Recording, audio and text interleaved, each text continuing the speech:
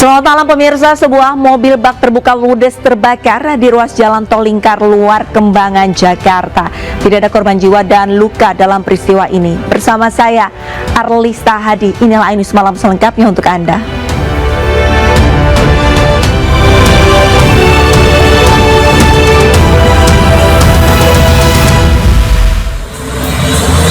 Dari gas las, tabung las meledak jadi apar, udah dikerahkan, tetap semua nggak mampu padamin. Kobaran api dengan cepat menghanguskan sebuah mobil bak terbuka di ruas jalan tol Lingkar Luar Meruya Selatan, Kembangan, Jakarta Barat pada Jumat siang. Petugas suku dinas penanggulangan kebakaran dan penyelamatan wilayah Jakarta Barat yang berada di lokasi berupaya melokalisir api agar tidak merembet ke mobil truk yang berada di depannya. Peristiwa ini terjadi ketika mobil bak terbuka itu dipanggil untuk menangani mobil truk pengangkut tanah yang mogok akibat as roda belakang truk mengalami patah. Namun pada saat proses pemotongan dan menyalakan mesin tabung gas, tiba-tiba keluar percikan api hingga dengan cepat menjalar ke mobil itu. Tiba-tiba ada bunyi ini bus gitu.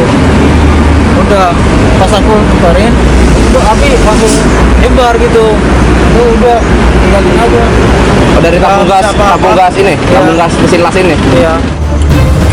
Tidak ada korban luka maupun korban jiwa dalam peristiwa ini, namun kerugian ditaksir mencapai puluhan juta rupiah. Kini kasus ditangani oleh Jasa Marga dan petugas kepolisian patroli jalan raya. Dari Jakarta, Rizky Falufi, iNews melaporkan. Kebakaran melanda permukiman penduduk di Desa Tangga-Tangga, Polewali Mandar, Sulawesi Barat. Akibatnya sejumlah rumah warga ludes terbakar hingga rata dengan tanah.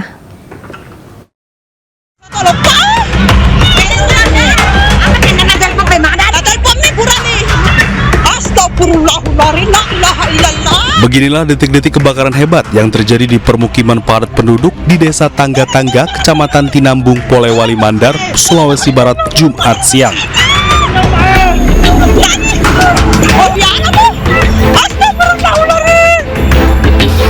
Awalnya api terlihat membakar rumah panggung yang saat itu dalam keadaan kosong. Lantaran api dengan cepat membesar ditambah kencangnya tiupan angin, api pun merambat ke rumah warga lainnya. Warga sekitar yang panik nampak berusaha menyelamatkan barang-barang berharga.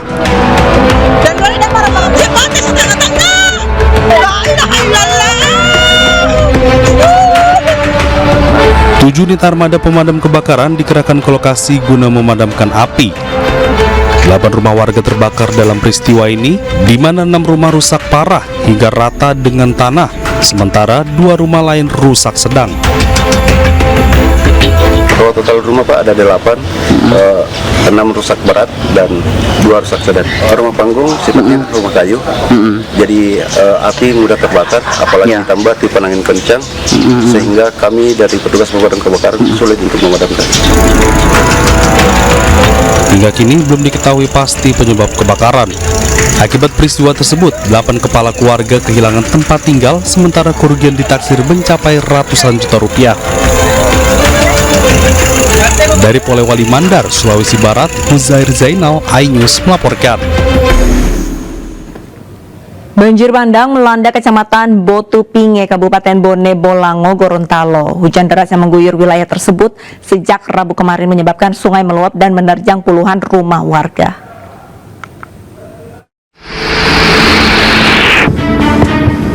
Cuaca ekstrim dan intensitas hujan yang terus meningkat mengakibatkan sungai di sekitar Kecamatan Botu Pinge, Bone Bolango, Gorontalo meluap. Air dengan cepat merendam permukiman warga hingga menyebabkan kerusakan dan kepanikan di beberapa desa. Desa Panggulo merupakan salah satu desa yang paling parah terdampak banjir ini. Akibatnya puluhan kepala keluarga dengan total ratusan jiwa terdampak langsung. Banjir ini, kondisi ini sejak seminggu lalu juga terjadi hal seperti ini, baik dari minggu pertama kedua dan hari ini, kemarin ini yang paling parah kayaknya dari perkembangan terakhir. Nah, di Kecamatan Botu Pinge ada 9 desa, dari ujung sini Tanah Putih sampai dengan Panggulo, kami pantau ada sekitar 803 jiwa atau sekitar 304 kakak yang kami hitung kemarin. Nah, sekarang Tanah Putih ada titik yang memang terparah. Sekarang di posisi dusun 1 ini ada 2 2 rumah yang sekarang tergenang banjir, sehingga memang kami sudah menginformasi ke pihak BPBD Kabupaten untuk bagaimana menindaklanjuti kondisi darurat bencana yang ada di Kecamatan Batu Tinggi yang ada di 9 desa. Terkait peristiwa ini, hingga kini masyarakat yang terdampak banjir bandang masih berupaya membersihkan material pasir yang masuk ke dalam rumah mereka. Dari Bone Bolango, Gorontalo, Nur Faizil Hasan, iNews melaporkan. Seorang pria yang mengaku anggota Ormas marah ketika melawan arah di Semarang, Jawa Tengah. Video ini viral di media sosial karena pria tersebut menendang mobil pengendara lain.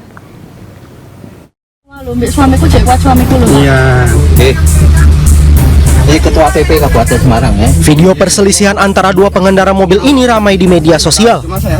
Pasalnya pengendara yang melawan arah menendang mobil pengendara lain dan mengaku sebagai anggota Ormas. Kejadian ini terjadi di jalur satu arah di kawasan Desa Kalongan, Ungaran Timur, Kabupaten Semarang, Jawa Tengah. Usai viral, pengurus pemuda Pancasila Kabupaten Semarang langsung menggelar klarifikasi. Pria arogan yang menendang pengendara lain ternyata bukan ketua Ormas. Dengan viralnya permasalahan ini, Mas Wisnu dengan tidak sadar mengatasnamakan Ketua Pemuda Pancasila. Itu memang bukan Ketua Pemuda Pancasila, cuman pengurus Pemuda Pancasila di Kabupaten Semarang sebagai BPH.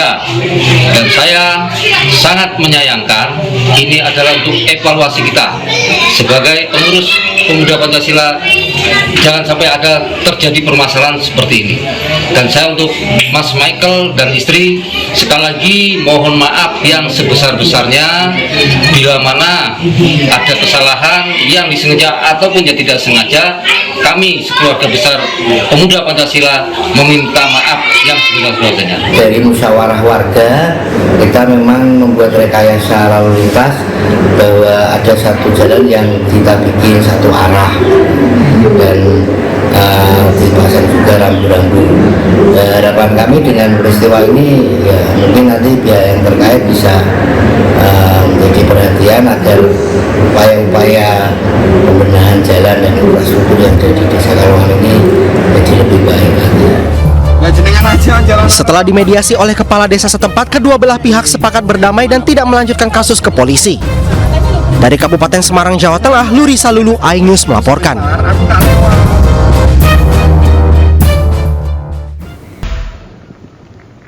Bebasnya Peggy Setiawan usai sidang pra-peradilan menuai tanggapan dari pengacara Hotman Paris Hutapea yang menyebut bahwa Peggy bisa saja ditahan lagi.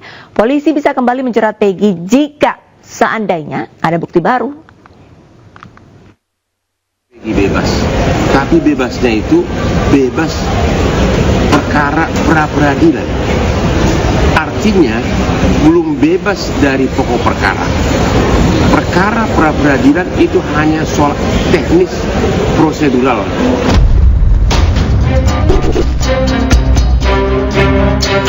Pengacara Hotman Paris Hutapea menyebut kemungkinan Peggy Setiawan bebas dari penjara hanya sebentar. Sebab menurutnya, Peggy belum bebas dari pokok perkara. Polisi bisa saja memanggil Peggy kembali sebagai saksi. Kemudian jika ada alat bukti baru, Peggy bisa saja jadi tersangka lagi. Kemungkinan pertama, penyidik kembali memeriksa Peggy dengan mengikuti hukum acara pidana yang benar, yaitu memanggil sebagai saksi, kedua menetapkan sebagai tersangka, dan kemudian melimpahkan ke kejaksaan. Itu bisa dilaksanakan oleh penyidik dalam hitungan hari atau dalam hitungan minggu berikutnya. Ya, contoh, besok-besok penyidik bisa memanggil Peggy sebagai saksi dan siang harinya bisa langsung ditetapkan sebagai tersangka, bahkan bisa ditetapkan sebagai tahanan, ditahan. Untuk itu, jika memang Peggy benar-benar tidak terlibat dalam kasus pembunuhan Vina dan Eki, polisi harus mencari tersangka lain dengan alat bukti yang kuat, sehingga kasus ini bisa menjadi terang benderang. Intinya permohonan pra-peradilan dari pemohon dikabulkan.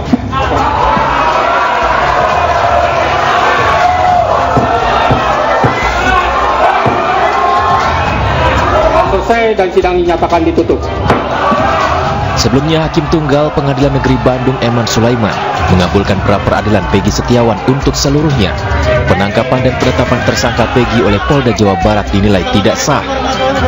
Salah satu pertimbangan hakim, Peggy belum pernah diperiksa sebagai saksi saat ditetapkan sebagai tersangka. Tim Liputan iNews melaporkan.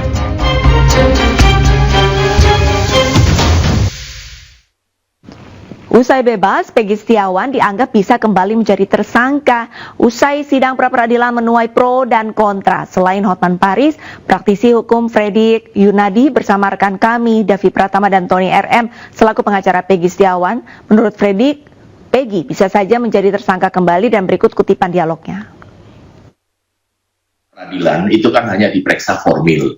Menurut pertimbangan Hakim Tunggal, bahwa penangkapan, penahanan, dan prosesnya terhadap Peggy itu adalah melanggar atau tidak memenuhi unsur syarat persyaratan yang dinilai atau ditafsirkan oleh hakim.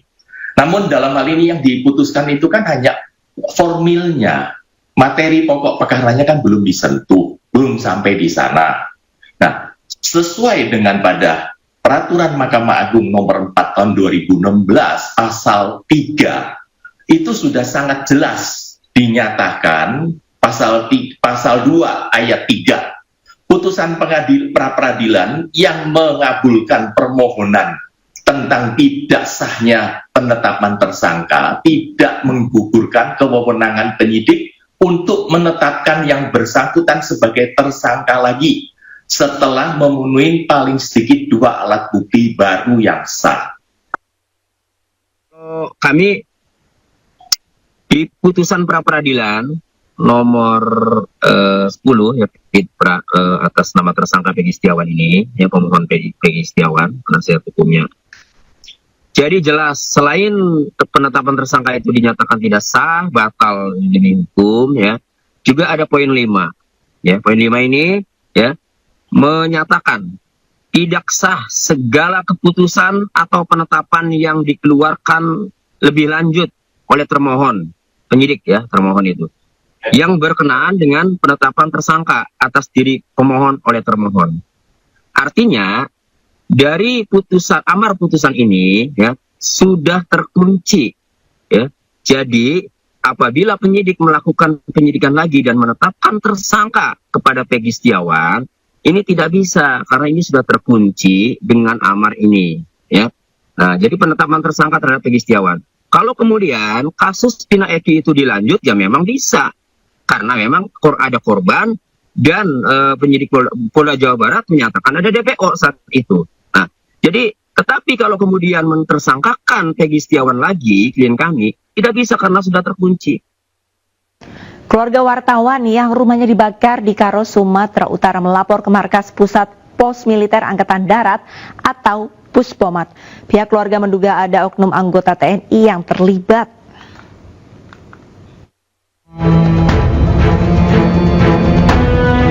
Keluarga korban meyakini oknum anggota TNI Angkatan Darat berpangkat Koptu di Batalion Infanteri 125 Simbisa terlibat dalam kasus ini. Sebelum tewas dalam kebakaran, jurnalis Tribrata TV Sampurna Pasaribu menyebut keterlibatan anggota TNI berinisial HB dalam kasus judi pada artikel yang ditulisnya. Kalau almarhum Pasaribu itu sempat meminta perlindungan kepada pihak polisian, yaitu Kasarreskrim Polres Tanah Karo, begitu. Ada juga percakapan kalau tentang adanya telepon beberapa kali dari yang kita laporkan ini, terduganya itu yang keterlibatan anggota TNI itu kepada Pimretnya untuk melakukan take down pemerintahan yang sebelumnya dilakukan. Ada 3 kali telepon, nggak diangkat, terus dibalas, tolong untuk dihapuskan, kira-kira begitu di percakapan itu dari Pimret. Menurut kita tim KKJ, sikap Panglima mungkin itu terlalu dini ya, dan itu memang harus kita klarifikasi kan begitu, bahwasanya kita menduga dari KKJ dan LBH menduga adanya keterlibatan TNI. Jadi dengan bukti-bukti yang kita bawa tadi, dengan adanya data dari saksi-saksi yang kita dapat kan begitu, ini yang meyakinkan korban untuk melapor ke Puspomat Angkatan Darat untuk mencari keadilan. Keluarga korban yang didampingi kuasa hukumnya dari LBH Medan berharap kasus ini segera diusut tuntas. Selain LBH Medan, keluarga korban juga didampingi perwakilan dari Komite Keselamatan Jurnalis LBH Pers dan Kontras. Tim Liputan iNews melapor. Rapat paripurna DPD RI ke-12 berlangsung ricuh usai diwarnai hujan interupsi. Sejumlah senator bahkan menghampiri meja ketua DPD hingga mencoba merebut mic. Banda, silakan tak. Banda.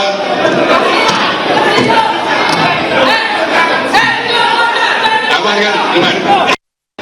Inilah suasana kericuhan yang terjadi saat rapat paripurna ke-12 DPD RI masa sidang kelima tahun 2023-2024. Kejadian bermula saat Lanyala sedang menyampaikan penyempurnaan tata tertib DPD RI serta laporan hasil kerja pimpinan DPD RI. Ketua Panitia Perancang Undang-Undang 3 anggota yang saya belum dijawab berdasarkan kesepakatan kelompok. Namun interupsi demi interupsi mulai muncul. Salah satunya disampaikan Senator asal Papua Barat, Philip Wamafma. Pengaturan tentang syarat pencalonan pimpinan dalam pengungkapan DPD RI sama dengan syarat pencalonan pimpinan DPD RI. Lanyala sempat tak menggubris interupsi tersebut dan tetap melanjutkan pembacaan laporan serta draft tata tertib. Hal ini pun memantik amarah sejumlah senator lain. Mereka turut berteriak melayangkan interupsi hingga akhirnya menghampiri meja Lanyala sambil menunjuknya agar tak mengesahkan laporan draft tata tertib. Saat anggota berbondong-bondong menghampiri meja pimpinan, salah satu senator bahkan berusaha merebut mikrofon ketua DPD RI.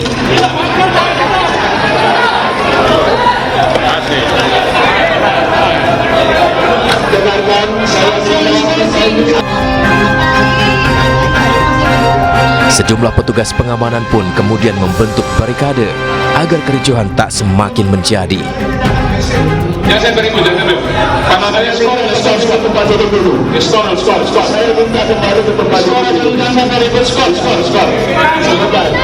Pimpinan sidang akhirnya memutuskan menskor sidang selama 10 hingga 15 menit untuk meredakan suasana. Dari Jakarta, Tim Liputan iNews melaporkan. Kita memperjuangkan sesuatu yang baik dengan cara yang tidak baik. Cara apa? Ya. Oke. Pemerintah berencana membatasi pembelian BBM bersubsidi pada 17 Agustus nanti. Kebijakan ini diklaim bertujuan untuk mengurangi polusi udara dan menghemat keuangan negara. Rencana pembatasan BBM, hal ini disampaikan oleh Menko Marves Luhut Binsar Panjaitan melalui akun Instagram pribadinya. Menurut Luhut, pembatasan BBM bersubsidi bisa menghemat keuangan negara dan mengurangi polusi udara. Saat ini Pertamina diklaim sedang menyiapkan proses pembatasan BBM bersubsidi agar terrealisasi. Jika kebijakan ini direalisasikan, maka pada 17 Agustus 2024 pembelian BBM bersubsidi seperti Pertalite benar-benar akan dibatasi. Penggunaan bensin. Kita kan sekarang berencana ini mau mendorong segera bioetanol masuk menggantikan bensin supaya polusi udara ini juga bisa dikurangi cepat. Karena sulfur yang ini kan sampai 500 ya. Kita mau sulfurnya itu 50 lah. Nah ini sekarang lagi diproses dikerjakan oleh Pertamina. Nah kalau ini semua berjalan dengan baik itu dari situ saya kira kita bisa menghemat lagi dan juga pemberian subsidi yang tidak pada tempatnya. Itu sekarang Pertamina sedang menyiapkan. Kita berharap 17 Agustus ini kita sudah bisa mulai di mana orang yang tidak berhak dapat subsidi itu akan bisa kita kurangi. Sementara itu, Menteri Energi dan Sumber Daya Mineral Arifin Tasrif membantah adanya pembatasan BBM bersubsidi mulai 17 Agustus mendatang. Namun, ia menyebut bahwa pembatasan pasti akan dilakukan untuk memastikan penerimaan subsidi BBM yang tepat sasaran. Kita lagi mempertajam dulu ininya. ya diminta untuk mempertajam dulu. Apakah mempertajam? Iya kan kita mau tepat sasaran ini ya kan minta ini lagi diperdalam. Tapi untuk BBM yang mana sih Pak? Solar kah? Ya semua atau... kan yang subsidi ya kan yang banyak yang memang harus yang dilihat kalau non subsidi kan enggak ada batas-batas juga terus masih belum ini kok kalian kok nanya. Presiden Joko Widodo menandatangani Peraturan Presiden Nomor 75 Tahun 2024 tentang Percepatan Pembangunan Ibu Kota Nusantara atau IKN. Perpres tersebut berisi pasal terkait penyediaan fasilitas hingga perizinan. Perpres yang memuat 14 pasal diteken Jokowi pada Kamis 11 Juli lalu. Dalam Perpres pasal 2 disebutkan, percepatan pembangunan IKN bertujuan membentuk ekosistem layak huni khususnya di kawasan inti pusat pemerintahan atau KIP yang meliputi penyediaan dan pengelolaan layanan dasar dan sosial serta fasilitas komersial sesuai dengan Undang-Undang Nomor 21 Tahun 2023. Selain itu, penyediaan dan pengelolaan layanan dasar dan sosial meliputi hunian, kesehatan, pendidikan, sosial dan budaya, energi dan ketenaga listrikan, telekomunikasi dan digitalisasi, transportasi, air minum, sanitasi dan pengelolaan limbah, fasilitas kedaruratan pemakaman umum, ruang terbuka hijau, fasilitas olahraga, fasilitas keagamaan, fasilitas perkantoran dan ketentraman serta ketertiban umum. Sedangkan penyediaan fasilitas komersial meliputi hotel, pusat perbelanjaan, retail dan toko, restoran dan pusat rekreasi juga hiburan.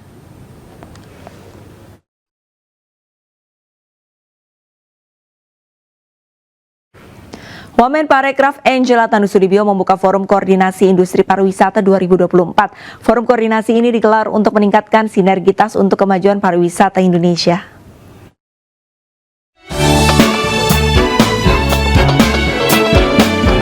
Kemenparekraf menggelar Forum Koordinasi Industri Pariwisata 2024 di sebuah hotel di Bilangan, Jakarta Selatan.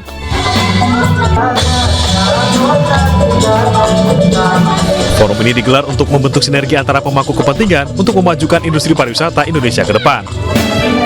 Membuka acara ini, Wamen Parekraf Angela Tanusudibio menekankan bahwa sektor pariwisata merupakan sektor yang sangat penting bagi kemajuan ekonomi Indonesia.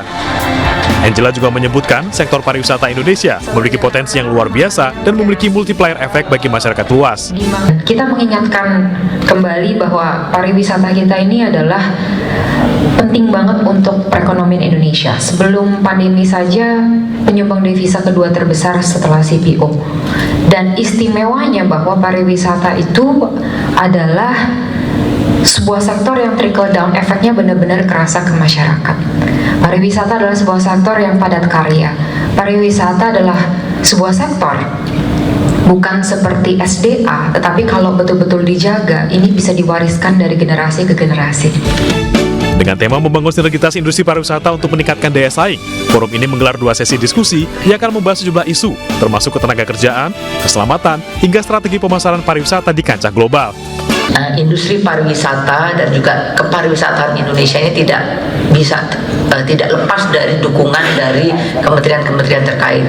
Isu-isu mengenai tenaga kerja, isu-isu mengenai keselamatan, isu mengenai pajak, isu mengenai pemasaran, konektivitas, semua ini juga ada di kementerian lain.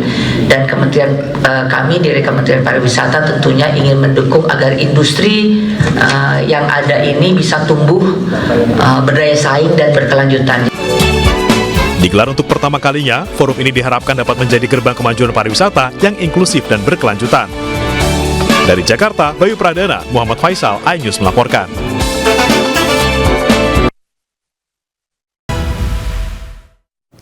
Pemirsa, sebuah truk terbakar di Jalan Tol TB Simatupang, Jakarta Selatan. Kebakaran hingga kini masih terjadi, penyebab kebakaran belum diketahui.